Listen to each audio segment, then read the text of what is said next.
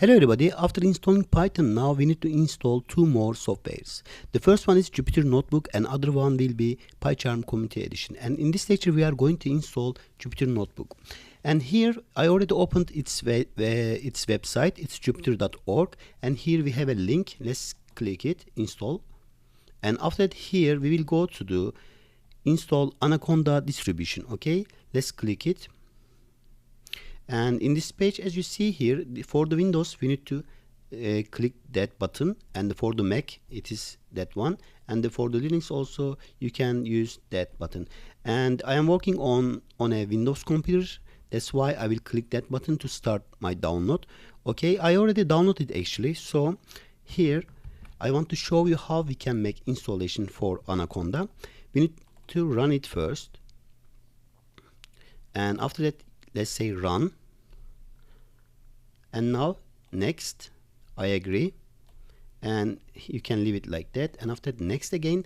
And now in my case I already installed Anaconda, so I need to change my directory here, but for you it's okay, you can only click next and you can start the installation. Here I need to say browse, and here I will say please install Anaconda. Here I will define another directory for installation. Okay, and but in your case, as I said, it's not problem, you will only say next. And here what I need to do here, the important part actually is here. I will come to here and I will say add Anaconda to my path environment variable. Okay, and I need to check that one, and I will not use this one. Okay, why it's like that?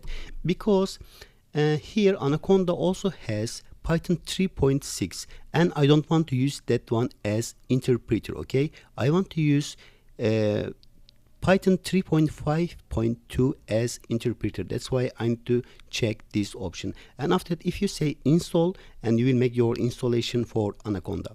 And now I will say cancel. I want to show you how we can use Jupyter Notebook. It's also simple. We need to come here, and I will say for the Mac, you need to open your terminal and you need to say Jupyter Notebook also. Again, it's very simpler. And I will say here Jupyter Notebook, and after that enter. And now it's ready to use. This is Jupyter Notebook. Here I want to go to desktop. Okay, and I will create a folder here. To do that I will say new folder, and my folder is here. Its name is untitled folder, right? I will rename it, and I will say rename. And now let's say here for the folder name Python, or Python, you can name whatever you want. I will say Python is okay. Now it's Python is already exist, it's set, so I will say Python course. Okay,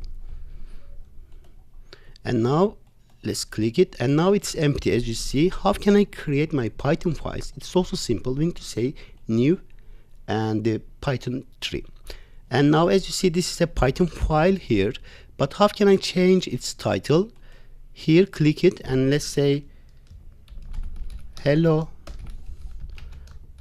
Python. Okay, and here let's talk about, it says this is code, and this one is also, we have markdown. What is markdown? Actually, if you want to type notes here, you can use markdown. Okay, if you want to type Python codes, you need to choose code. Okay, for the markdown, let's use it, and we will understand how we can use it. And we can use also sharps here as font size. Okay, here for example I will say hello Python, my title. Okay, hello Python, and after that I will not use here sharps. By the way, if I use for example another sharp here, you see, and if for the first one, this is about font size. Okay, sharps mean font size here for markdown, and I will not use sharps here. I will say this is my first Python code. And after that, what I need to do, I need to press shift and enter together. Okay, as you see, this is a note here. Now this is again code, and that means I can create my Python codes now. For example, if I say a equals 10, b equals 5, And after that, let's make addition here. I will say print a plus b. Okay, shift and enter. As you see, Python returns me 15. And also let's talk about here tools. We have save button. The plus button means add new cell. As you see, that one is means cut selected cells. Okay, like that. And that one is means copy selected cells. Okay, and the other one paste it. That one is move selected cells up. For example, let's come here and I will move it down, you see, and that one is to move up. Okay, that one is running our cells. If you want to run that one, the cell, as you see, you can, if you press this button, you can run your cell.